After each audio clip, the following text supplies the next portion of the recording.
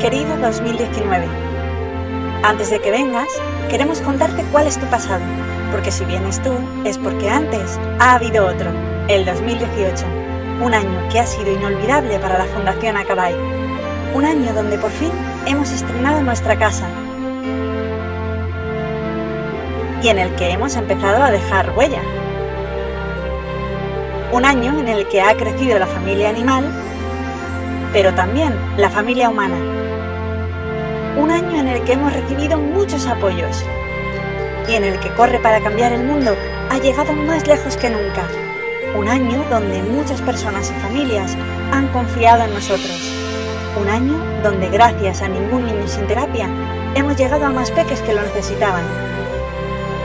En definitiva, un año donde los retos han sido tan grandes que ser valientes y superarnos como equipo ha sido nuestra única opción. Así que, querido 2019, vas a tener difícil superarlo, pero esperamos mucho de ti y esperamos que seas un año grande también para todo el planeta, que se lo merece. Con ganas de verte y de vivirte. Bienvenido.